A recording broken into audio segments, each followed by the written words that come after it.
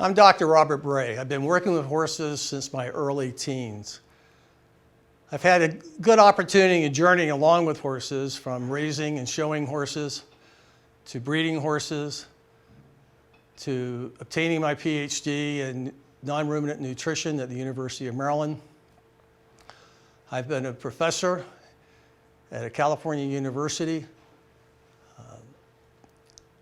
I retired from that in an early stage because of the success of the Integrity formula, the Integrity product line that I worked with a family-owned company, Star Milling Company, to develop.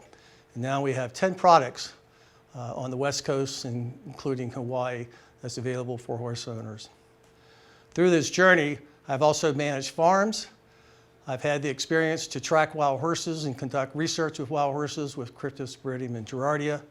I also have been packing and conducting research at high altitudes with horses in the Eastern Sierras. The only thing I haven't done, which is one of my dreams, is to drive a team of Friesians 4 in hand, and hopefully someone watching this video will give me that opportunity.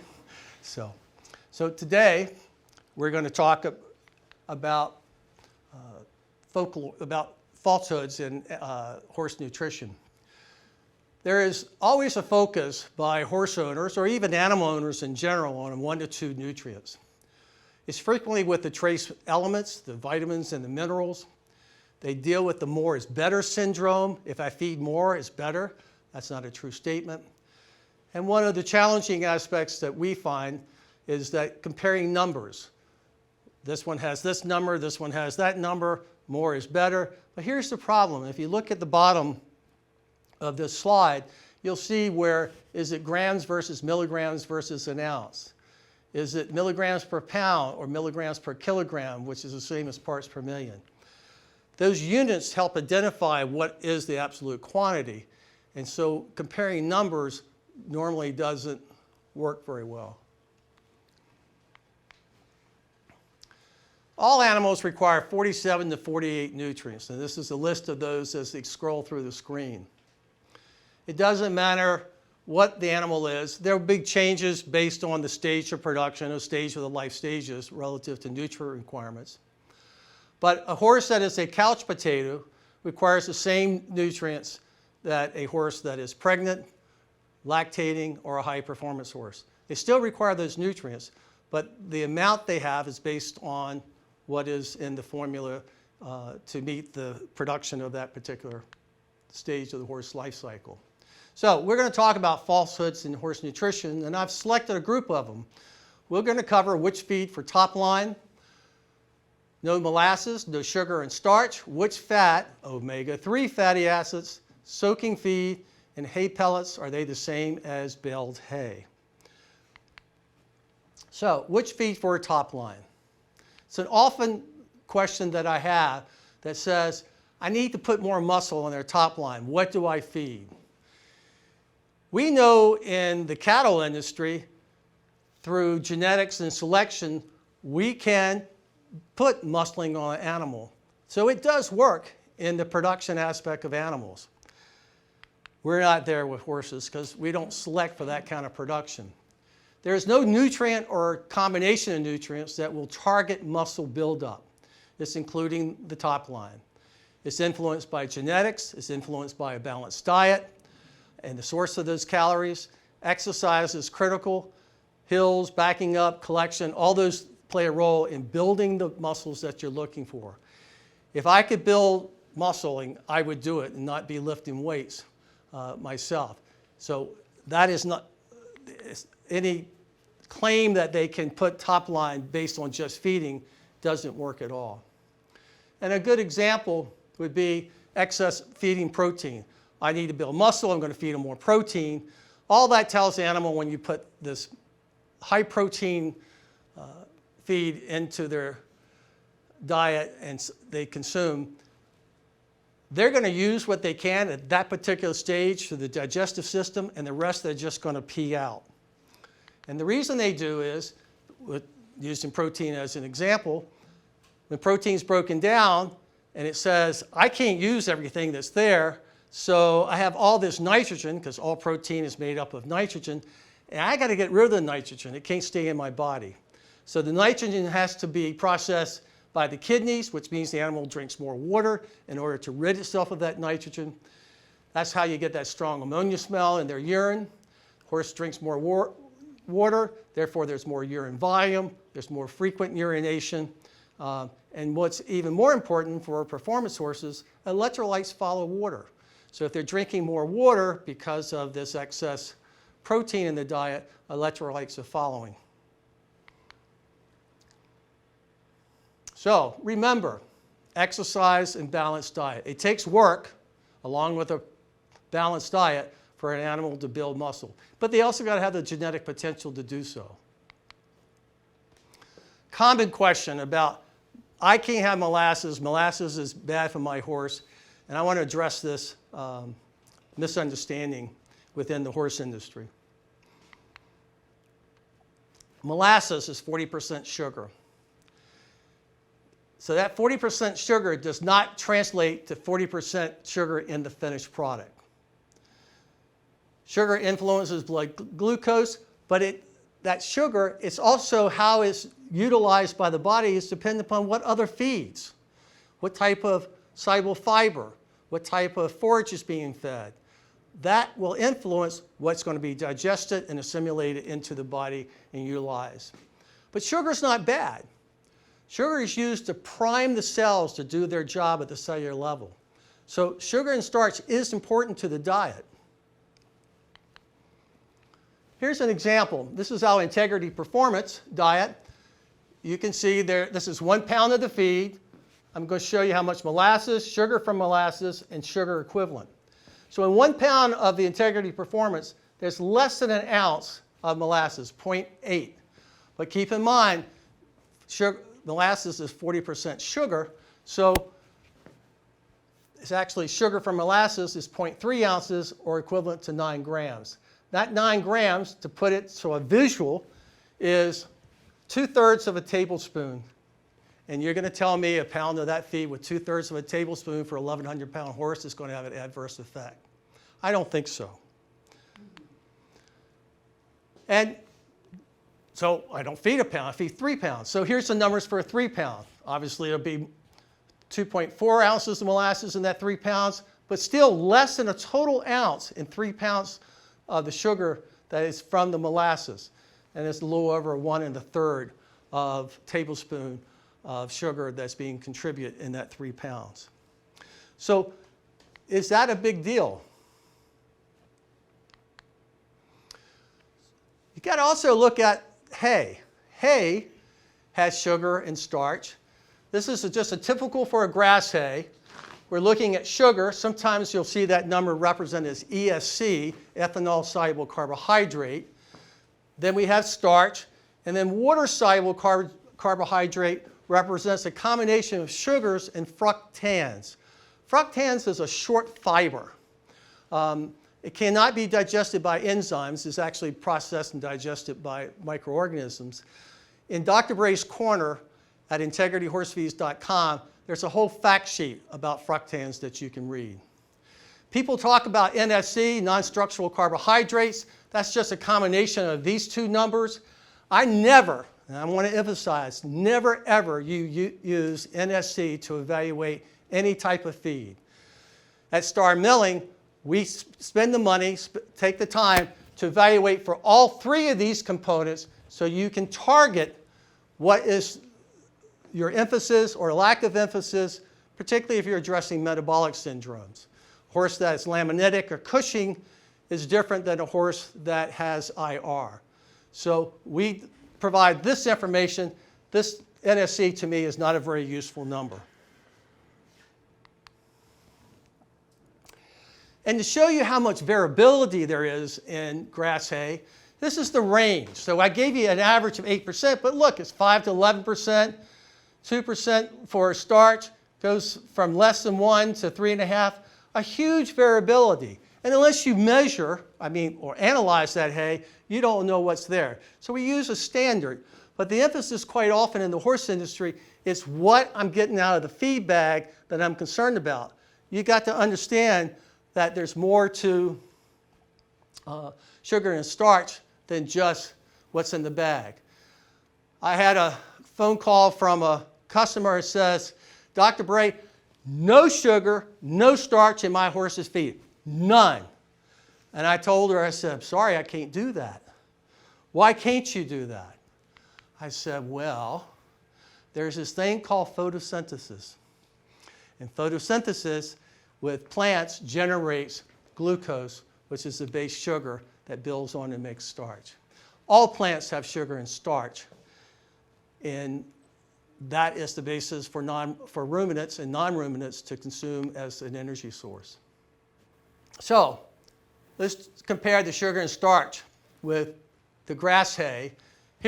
So grass hay, sugar is, here's the amount of sugar in grass hay. Usually there's more sugar than there'll be starch. So the total of sugar and starch is 25.6 ounces. That's in 16 pounds of a traditional typical grass hay. Now, let's add 2 pounds of a balanced formula. This gives you the amount of sugar that's occurring and starch that's being added. So 88% of the sugars and starches are coming from your forage. 12% is coming from the balanced formula. Keep in mind, if you're feeding a horse for production, such as late pregnancy, lactation, performance, moderate to intense performance, they need a source of energy, a readily available source of energy, and sugar and starch is one of those sources. So let's come to fat. Which fat should I feed? Well, people say, I need a better skin coat. I'm going to feed omega-3. No, that's not true. Omega-3, this is a real fundamental study that was done way back in I think the 70s.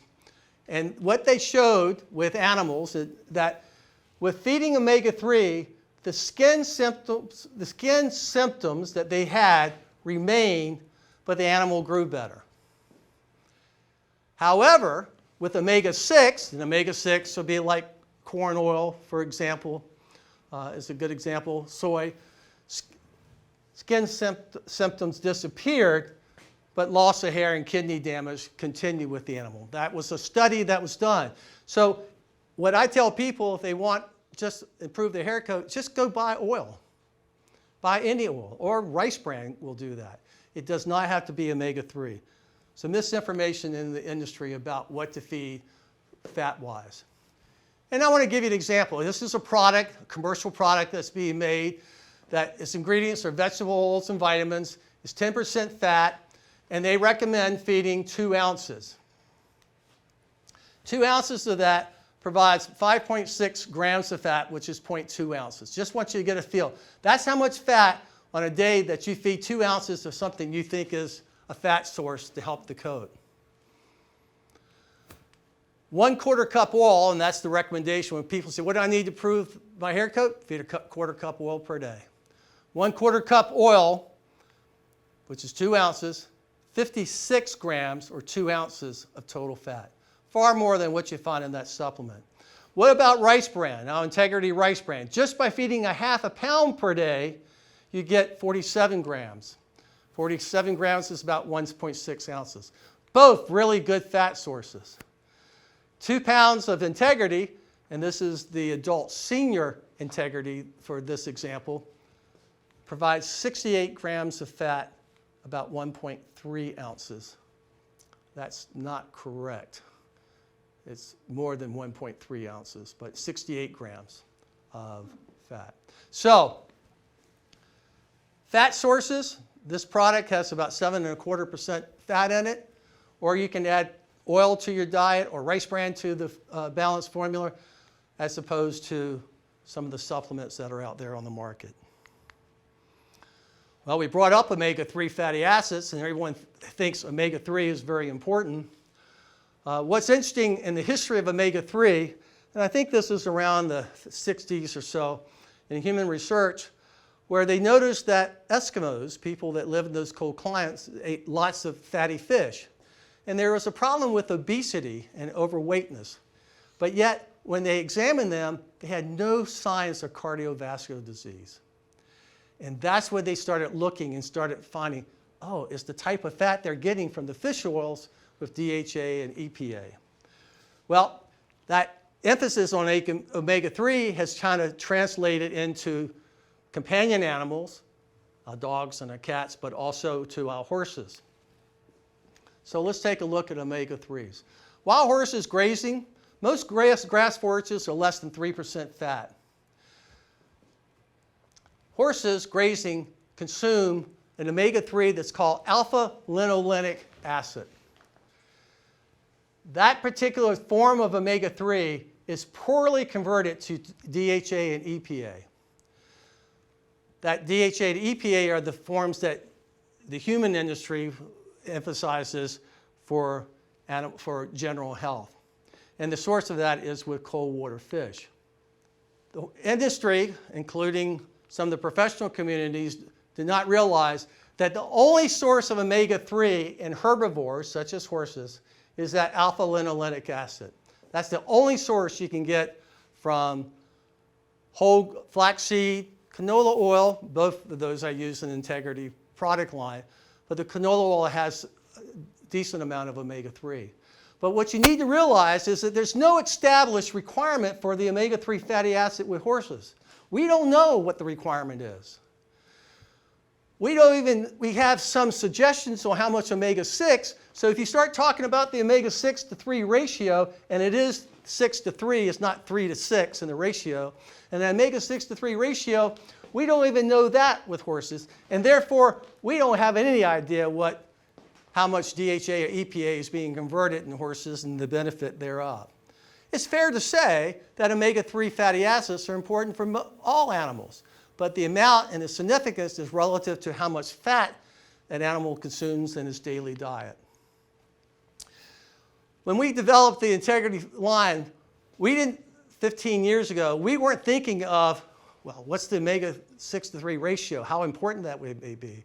We didn't even think about sugars and starch. It just so happens, because of my philosophy in feeding, the Integrity product line is low sugar, low starch, and it's well suited relative to the omega-6 3 ratio.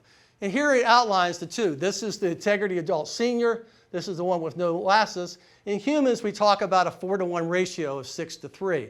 It just so happens in the way we formulate omega-3, formulate the Integrity line, it came out to that 3-to-1 ratio. I had to show my competitors. I don't identify them by name. This is a competitive senior. This is a low starch competitor and a light. You can see they're considerably higher, and they made an effort with their omega-3.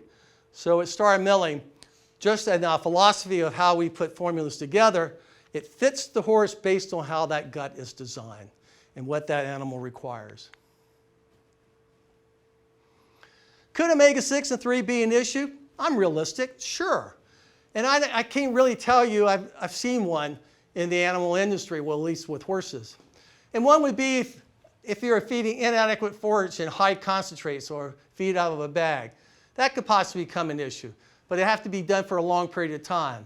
If you had a total diet that was more than 10% fat, that's not the feed in the bag that you're only feeding a pound or 2 in the diet. It is about the total diet, which means the forage as well as the supplemental feeds you add to it. If you feed more than 10 pounds of a concentrate that's 12% fat and feed high levels of that, possibly I would be more conscientious about that and looking for a feed that had higher ground whole flaxseed and the canola oil like the Integrity product line. And diets void of whole ground flaxseed and canola oil would be an issue. They should be your sources. Soaking feed. Very common question I have by horse owners over the last 15 years. And I wanted to show you, this is about soaking a feed and the leaching out of nutrients. This is a Rice brand product, and you can see this white residue, and that was there. And the concerns by the horse owner who sent us that still shot was, what is that? That is calcium carbonate. That is the calcium source that we use to add into our Rice bran, because Rice bran has an inverted calcium phosphorus. In other words, it has more phosphorus than calcium, And all animals have to have diets, because this is how their bodies are put together, more calcium than phosphorus. So by soaking it, and soaking it for long periods of time, they leached out that calcium source, which made that a balanced calcium-phosphorus race brand product. So I'm not a big fan of soaking, because if you soak hay, I'm just bringing up some studies. One is with protein, there's no change in protein, but it will reduce starch and fructans. However, the amount that it reduces, we're going to talk about that in a minute after this slide. But more importantly, two of the key electrolytes, sodium and potassium, are reduced. So by soaking feed with water, you are reducing a readily available form of electrolytes, namely sodium and potassium. And actually, calcium is considered one of those electrolytes in a more minor role, and they also are reduced as well. Issues. The soaking issues I have is practicality. It's doing that every day. And what do you accomplish? Because it does have leaching out of nutrients and energy, as we saw in the previous slide. And that soaking will vary. It varies based on the forage type. The maturity of that hay will influence. How much water do you put into it? How long do you leave it to soak? Length of time. And then are you soaking it to get rid of the sugars and starch, therefore you're getting rid of other key nutrients? Or are you just trying to soften it? I had an Arabian gelding that I showed for several years, and he loved to dunk his hay into the water. He just dunked it mainly to get rid of the dust on the hay, and then would consume it. So I'm not an advocate of soaking hay. I'm not sure the benefits are that great. Because there are other options besides soaking hay. You can buy a grass hay that's going to be lower in sugar and starch, particularly if that grass hay is a mature hay. Hay pellets are usually more mature hays to make the hay pellets. Therefore, they're going to be lower in sugar and starch.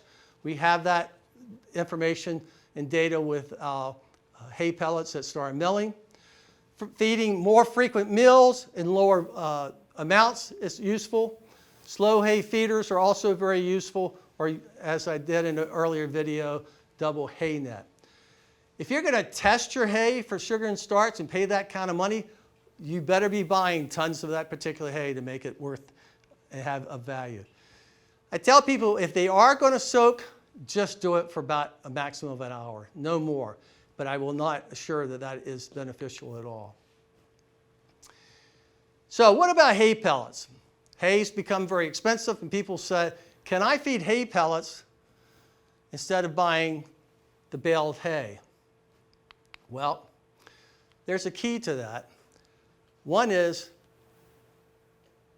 horses that are fed hay pellets drink less water. Horses that are fed long stem hay drink more water. We all know how important water is to the body, regardless of the animal. Important for hydration. It's a key reservoir for electrolytes, particularly for event-type horses. It's also a lubricant to help move food through the gut, and it also helps to cool the body. So long stem hay allows that gut to move with consistency, and that's extremely important in maintaining a healthy gut. So I advocate to feed long stem hay. There are times that that's not possible. Horses older, poor teeth, they can't chew as well, so you have to look at hay pellets. So long stem hay promotes longer period times of eating, which is part of minimizing that empty gut syndrome. It reduces, it's important for chewing. The more chewing they have, the more saliva they produce. The more saliva they produce, they have more of that gut buffering from the sodium bicarbonate that is in saliva. So I advocate long stem hay, not just because of gut health, but also because of horses are continuous eater. It allows them to eat for a much longer period of time. So the importance of sodium bicarb as a buffer is more alkaline. That means it's higher pH. Saliva is good for horses because of their chewing. So what about pellets? Well, I have this 50% rule with feeding forages. And I understand people are going to look at feeding alfalfa, look at feeding pellets. But relative to long stem hay, my encouragement is at least 50% of the total forage that you feed should be long stem, to take that advantage of hydration, also the chewing, the saliva, the buffering capacity, which means that pellets and cubes should not be more than 50% of the total forage. Again, the reason for this is water intake and chewing for buffering ability.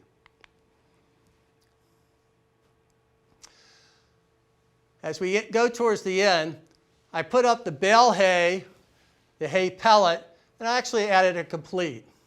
And I wanted to call your attention to the fiber. Fiber is critical, and in another PowerPoint slide, I'm going to talk about the importance of fiber for gut health.